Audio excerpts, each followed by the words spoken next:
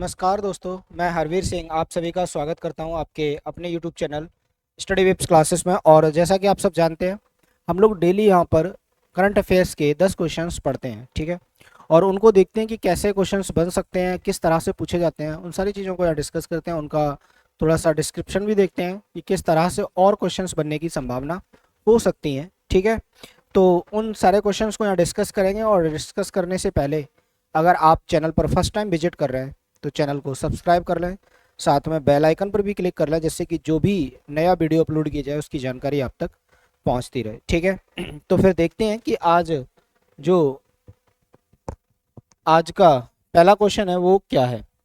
तो पहला क्वेश्चन जैसे आपका दिया हुआ है कि which cricket team has clinched the title of world test championships, ठीक है। कौन सी टीम है जिसने विश्व टेस्ट चैंपियनशिप का खिताब जीता है।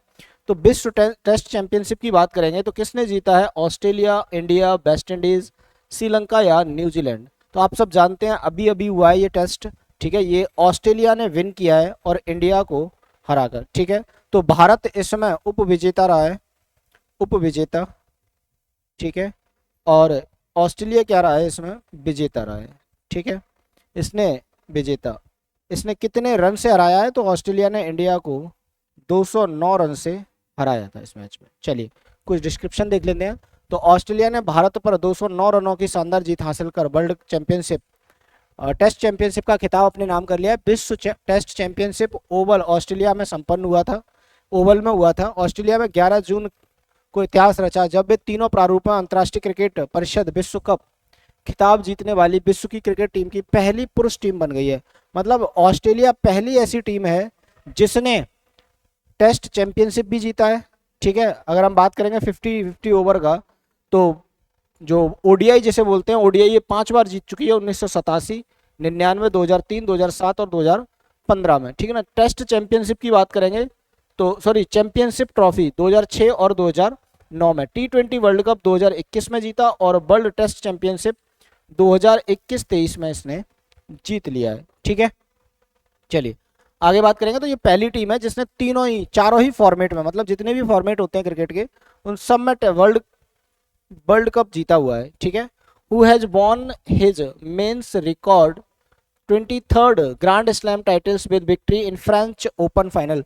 तो कौन है जिसने फ्रेंच ओपन फाइनल में जीत के साथ पुरुषों का रिकॉर्ड 23वां ग्रैंड स्लैम खिताब किसने जीता है, तो कौन है, ठीक है। जैसे राफेल नडाल, नोवाक जोकोविच, रोजर फेडरर, एंडी मोरे और सेरेना विलियम्स। तो यहाँ पे हम बात करेंगे तो नोवाक जोकोविच ने जो अपना 23वां ग्रैंड स्लैम इन्होंने जीता है, तो इसका राइट आंसर होगा नोवाक जोकोविच, ऑप्शन बी। चलिए इसके बारे में थोड़ा सा जानते हैं। नोवाक जोकोविच ने फ्रेंच ओपन फाइनल में कैस्पर रूड पर जीत के साथ पुरुषों का रिकॉर्ड 23वां ग्रैंड स्लैम खिताब जीता, ठीक है। वह कम से कम 3 बार सभी 4 मेजर जीतने वाले पहले व्यक्ति बन गए, मतलब लगभग 4 बार उन्होंने ये ग्रैंड स्लैम्स जीते हैं हर एक फॉर्मेट में, ठीक है। चलिए फ्रेंच ओपन में अपना 23वां ग्रैंड स्लैम जीतकर फाइनल में नॉर्वे के विश्व नंबर 4 के जो कैस्पर रूड थे उनको हराया 7-1 से, 3-1 से और 7-5 से, ठीक है ना। ओपन एरा में किसी खिलाड़ी द्वारा सबसे अधिक स्लैम गिनती से में सेरेना विलियम्स के साथ शामिल है होकर वह कम से कम 3 बार सभी मेजर जीतने वाले पहले व्यक्ति भी बने। फ्रेंच ओपन 2023 के विजेताओं की सूची, शीर्ष विजेता या उपविजेता, ठीक है। पुरुष में कौन है, नोवाक जोकोविच हैं, कैस्पर रूड को हराया। महिला में कौन है, ईगा स्वेटेग हैं और कैरोलिना मुचोबा को हराया इन्होंने। पुरुष युगल में इवान रोडिग और ऑस्टिन कॉजिसेक हैं, ठीक है ना। सैंडर गिले और रोजान जोरान वेगेन को हराया, ठीक है ना। महिला युगल की बात करेंगे तो हेसिग सुबेई और वांग जिन्यू, जिन्होंने टेलर टॉसेंड और लेलाहा फर्नांडिस को हराया। मिश्रित युगल की बात करेंगे तो मियू काटो और टिम पुटज, ठीक है, व्यांका एंड्री स्क्रू और माइकल वीनस को हराकर ये बने। तो आपको कुछ भी याद नहीं रखना है, सिर्फ महिला एकल और पुरुष एकल रखना है। तो जो ईगा स्वेटेग है, ठीक है, ईगा स्वेटेग ने फ्रेंच ओपन जीता है महिला में, और पुरुष में नोवाक जोकोविच। तो ये आपको 2 नाम याद रखने हैं, एक नोवाक जोकोविच और एक ईगा स्वेटेग, ठीक है। चलिए अगला क्वेश्चन दिया है, which state government has launched the Ladli Behna Yojana 2023। ठीक है, किस राज्य सरकार ने लाडली बहना योजना 2023 की शुरुआत की है? तो लाडली बहना योजना की बात करेंगे तो इसकी शुरुआत की है मध्य प्रदेश ने। किसने की है? मध्य प्रदेश। ठीक है, तो मध्य प्रदेश के द्वारा लाडली बहना योजना शुरू की गई है। इसके बारे में थोड़ा सा जानेंगे। तो जो मुख्यमंत्री हैं मध्य प्रदेश के शिवराज सिंह चौहान ने जबलपुर में लाभार्थी महिलाओं के खातों में जमा की गई 1,000 रुपए की पहली किस्त लाडली बहना योजना 2023 की शुरुआत कर दी है। ठीक है ना, सरकार ने धीरे धीरे राशि बढ़ाने का इरादा किया है क्योंकि धन उपलब्ध हो गया है। 1,200 रुपये, 1,500 रुपये, 1,700 और 2,000 रुपये प्रति माह समर्थन बढ़ाने की योजना है। पहले 23 वर्ष और उससे अधिक आयु की महिलाओं के लिए लागू थी, अब इसे 21 वर्ष कर दिया गया है। मतलब पहले थी 23 वर्ष या इससे अधिक, अब कर दिया गया है 21 वर्ष।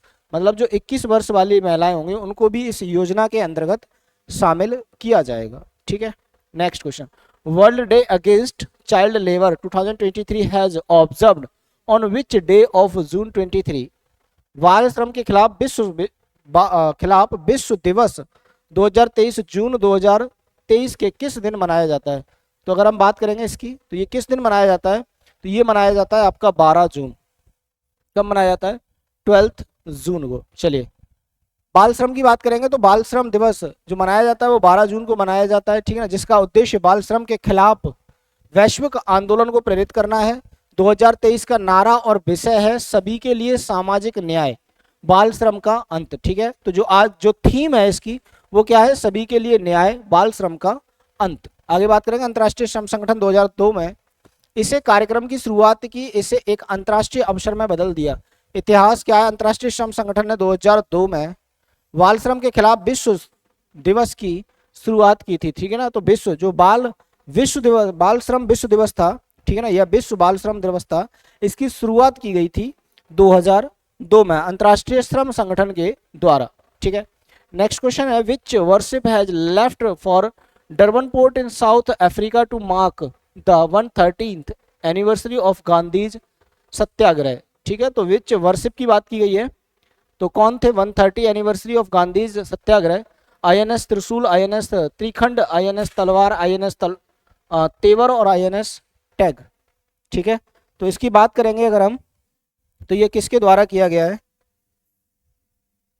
ठीक है, गांधी के सत्याग्रह के 130वीं वर्षगांठ के उपलक्ष्य में दक्षिण अफ्रीका में डरबन बंदरगाह के लिए कौन सा युद्धपोत रवाना हुआ है? तो अगर हम गांधी जी जो डरबन में थे 130 एनिवर्सरी जो मनाई जा रही है उसके उपलक्ष्य में कौन सा जो INS एक तरह से कह सकते हो जो जंगी जहाज है उसको भेजा जा रहा है। ठीक है ना, कौन सा युद्धपोत है जिसको रवाना किया जा रहा है?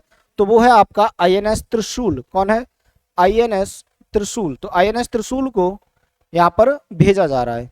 चलिए, भारतीय नौसेना का एक प्रमुख युद्धपोत INS त्रिशूल 7 जून 1893 को पीटर मेरिट वर्ग रेलवे स्टेशन पर हुआ एक कार्यक्रम की 130वीं वर्षगांठ मनाने के लिए दक्षिण अफ्रीका के डरबन बंदरगाह के लिए रवाना हुआ है।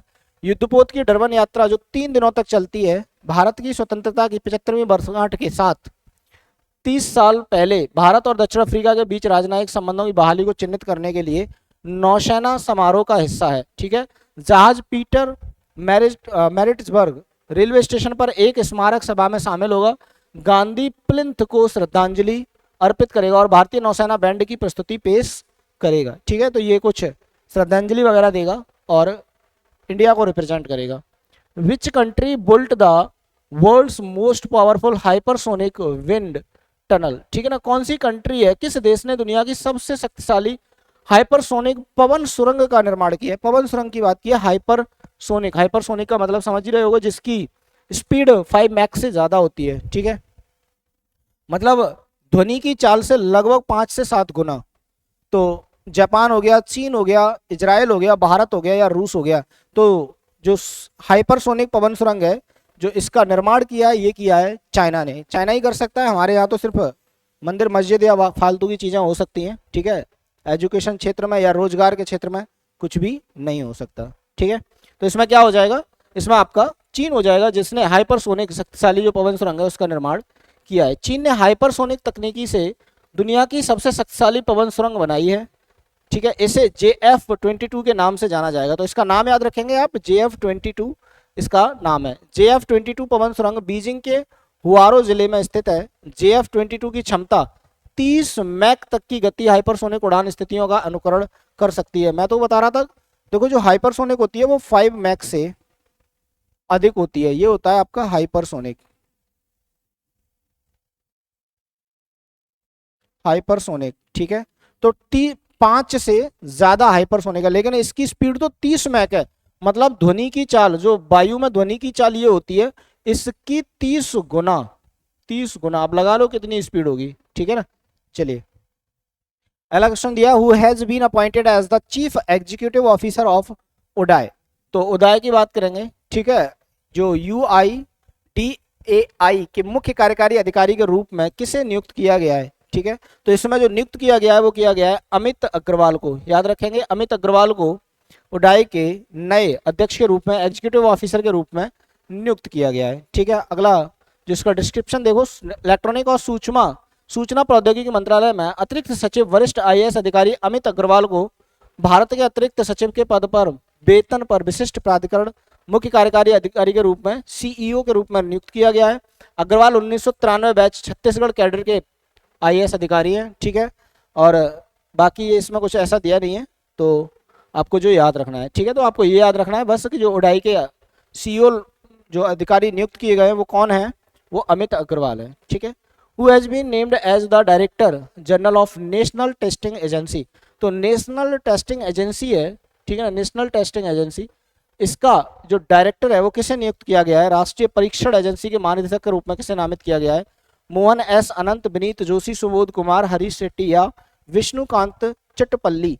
तो यहाँ पे याद रखोगे सुबोध कुमार, कौन है, सुबोध कुमार सिंह को आपका राष्ट्रीय परीक्षण एजेंसी के महानिदेशक के रूप में नियुक्त किया गया है। वरिष्ठ IAS अधिकारी सुबोध कुमार को जो वर्तमान में उपभोक्ता मामले, खाद्य एवं सार्वजनिक वितरण मंत्रालय के खाद्य और सार्वजनिक वितरण विभाग में अतिरिक्त सचिव हैं, ठीक है। इनको, ये भी छत्तीसगढ़ कैडर के ही भारतीय प्रशासनिक सेवा अधिकारी हैं, ठीक है। बाकी इनके बारे में जो दिया है वो आप डिस्क्रिप्शन में देख सकते हो, ठीक है।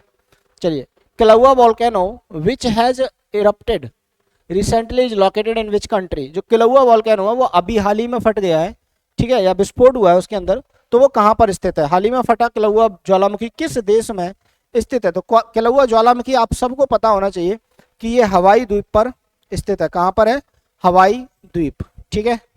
चलिए, तो हवाई द्वीप के हवाई के बिग आइसलैंड पर क्लाउआ ज्वालामुखी फट गया है। क्लाउआ हवाई के बड़े द्वीप के दक्षिण पूर्वी तट पर एक ज्वालामुखी है। यह लगभग 1 लाख साल पहले बना था और ये 2,10,000 और 2,80,000 साल के बीच है, ठीक है। ये कुछ 4 अन्य ज्वालामुखियों के साथ इनमें हवाई द्वीप शामिल है।